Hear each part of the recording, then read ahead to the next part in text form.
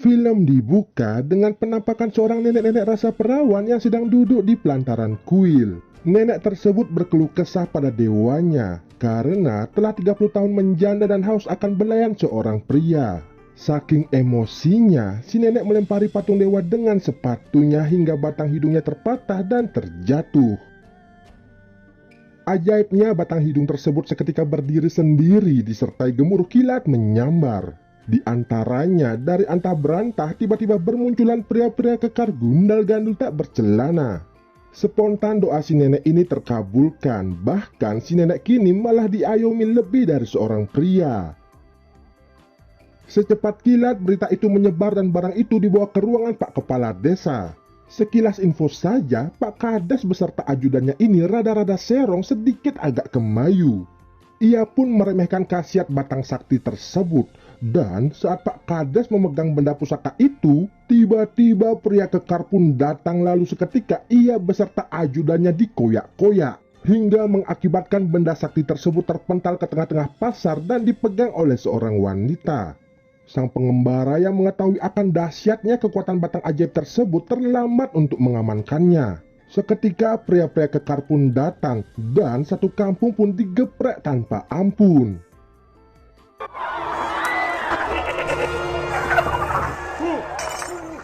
Karena benda itu tak bisa dihancurkan dan sangat berbahaya, sang pengembara lalu menguburnya di dalam kendi berisikan minuman anggur dan ditanam tepat di kuil dewa tersebut. Scene pun berganti beberapa tahun kemudian. Keadaan desa tiba-tiba berubah drastis di mana peran wanita dan pria kini menjadi terbalik. Lalu kita diperlihatkan seorang laki-laki yang diganggu preman pasar yang bernama Byun. Dengan gampang, Byun pun mengalahkan preman-preman tersebut dan membuat para wanita di sana yang melihatnya terpesona. Akan tetapi kebahagiaan Byun itu berlangsung sementara saja, dikarenakan seorang nenek-nenek cepu membocorkan info jika terong miliknya begitu kecil dan sangat lembek. Hal itu pun membuat Byun menjadi minder. Berbeda dengan kakaknya yang bernama Kang Muk, ia memiliki batang kayu jati yang kokoh dan berakar meskipun bengkok sedikit yang membuat cuek-cuek itu tergila-gila. Bukan hanya dihina oleh para wanita-wanita di desa itu, Byun juga dihina oleh tabib buta saat mereka buang air bersamaan. Meski buta, tabib ini mampu mengetahuinya melalui gemerici air yang dikeluarkan oleh Byun saat kencing. Merasa frustasi, Byun lantas melampiaskannya dengan minum-minum di kedai pasar. Namun, lagi enak-enak minum, tiba-tiba ia digoda oleh ajudan Pak Kades yang sok cantik dan sok centil itu. Merasa harga dirinya diinjak-injak, Byun pun mengamuk di kedai tersebut. Hingga kakaknya pun datang untuk menenangkannya dan meminta maaf.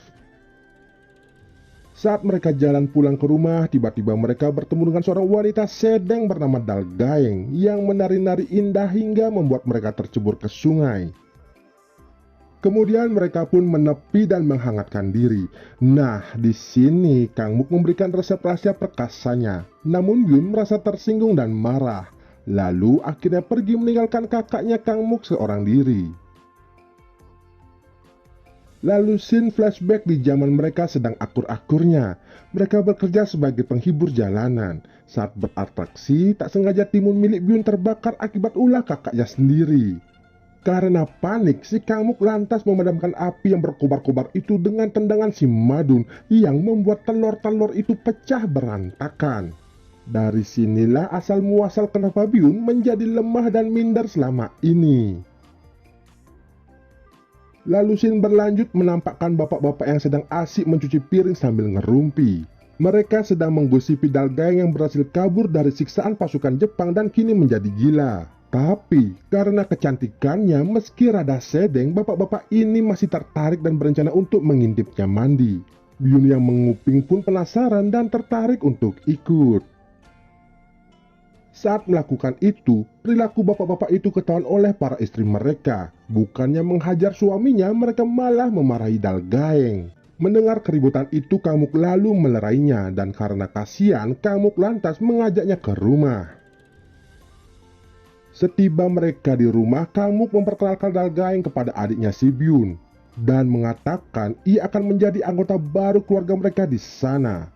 Byun yang sebenarnya naksir dengan Dalgaeng merasa cemburu dan lantas pergi meninggalkan rumah itu. Saat di perjalanan, ia bertemu sang petapa di awal film tadi yang terjebak dan menolongnya. Sebagai ucapan terima kasih, petapa ini lantas memberikan hadiah pada si Byun karena melihat aura Byun yang lemah dan tahu permasalahannya si Byun. Ia lantas memberitahu tentang ramuan ajaib yang pernah ia segel dahulu. Ia pun menjelaskan jika ramuan ini hanya boleh diminum seteguk saja. Jika lebih dari itu nantinya akan menimbulkan bencana bagi kampung mereka. Tapi bukannya mendengar hingga selesai, Byun malah langsung pergi dan menggali ramuan ajaib itu. Ia lantas menghabiskan satu kendi ramuan itu yang membuatnya menjadi pingsan. Saat ia tersadar, sudah terjadi perperangan di sana. Salah satu tentara menghampiri Byun dan ternyata itu adalah salah satu warga di kampungnya. Ia mengira jika Byun telah kabur karena takut mengikuti wajib militer dan perannya itu telah digantikan oleh Kang Muk. Byun pun merasa bersalah kepada Kang Muk, lantas ia bergegas pulang ke rumah dan tinggal di Dalgaeng seorang diri saja yang ada di sana. Byun sadar jika Dalgaeng tak bisa hidup sendirian, lalu ia pun bertekad untuk merawat si Dalgaeng. Saat membawakan makanan untuk Dalgaeng, tiba-tiba belutnya bereaksi dan ia mengalihkan perhatiannya itu dengan cara memotong kayu dan meminum semua air yang ada di sungai hingga kering. Akibat hal itu membuatnya ingin buang air. Semburan air seninya pun sangat dahsyat hingga mampu memadamkan matahari sejenak.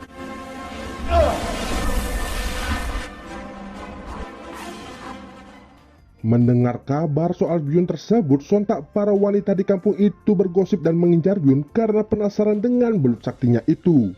Berbagai cara dilakukan mereka, bahkan hingga ada yang buka lapak kipas-kipas ikan asin mereka di tempat umum. Singkat cerita, berhasillah Byun menjebol baskom mereka sekampung. Berita itu terdengar hingga ke telinga raja. Lantas ia mengundang Byun ke istana dan memberi tantangan, di mana ia harus melawan musuh dari negeri sebelah dalam mengangkat beban dengan singkong saktinya itu. Sebagai imbalannya, Kang Muk akan dibebaskan tugas dari medan perang. Byun pun setuju dan secara singkat memenangkan pertandingan itu berkat bantuan putri raja meningkatkan staminanya si Byun. Tapi sayangnya kemenangan Byun sia-sia karena raja mengatakan tak dapat menemukan Kang Muk di medan perang. Byun pun menjadi sedih, ditambah lagi kondisi Dalgaeng yang tiba-tiba menderita penyakit misterius. Tabib lantas mengatakan jika ini akibat kekeringan yang menimpa kampung mereka. Petapa tua lantas memberitahu semua yang terjadi dan juga memberikan solusi pada Pak Kades. Mengetahui kekeringan ini adalah akibat dari ulah Byun yang telah meminum ramuan itu sampai habis, Pak Kades dan para warga sepakat mengorbankan Byun pada Dewa Beruang. Nenek-nenek yang cepu di awal video tadi ternyata menaruh rasa kasihan yang besar kepada Byun dan menyuruh Byun untuk kabur. Bukannya kabur, Byun justru bertekad mengorbankan dirinya untuk menebus kesalahan yang ia perbuat. Di sini Byun sangat menyesali semua perbuatannya itu. Di saat bersamaan, Kang Muk datang dengan kaki yang hilang satu. Ia pun bertanya kenapa Byun menelantarkan istrinya seorang diri. Namun para tetangga mengatakan mereka belum menikah dan menyangka jika Dalgaeng ini miliknya si Kang Muk. Di sini Kang Muk lantas menjelaskan jika ia sebenarnya ingin menjodohkan Byun dengan Dalgaeng. Namun keburu Byun marah dan kabur dari rumah. Di sisi lain, Byun sedang terkapar lemas di dalam goa akibat serangan dari beruang. Saat melihat bulan purnama, Byun seketika strong dan lantas menggeprek beruang tersebut berkali-kali. Ritual itu pun berhasil dan seketika hujan pun turun di kampung itu dan warga pun sangat senang menyambut datangnya hujan. Keesokan harinya, para warga menyiapkan pemakaman untuk Byun. Tapi di sini Dalgaeng kekeh mengatakan jika Byun masih hidup dan kini ia sedang mengandung anaknya Byun. Kang Muk yang melihatnya hanya bisa terdiam dan bersedih. Singkat cerita, aura yin dan yang di kampung itu kembali seimbang, di mana para wanita kembali pada tugasnya dan para pria kembali pada jiwa perkasanya. Lantas di akhir film ini, para ibu-ibu itu memanggil anak mereka. Ternyata anak-anak tersebut adalah hasil kerja keras dari Byun selama ini. Di tempat yang berbeda terlihat ibu-ibu yang bergosip tentang belut sakti Byun yang melegenda itu. Ternyata Byun masih hidup dan kini telah mengganti identitas dirinya. Dan film ini pun selesai.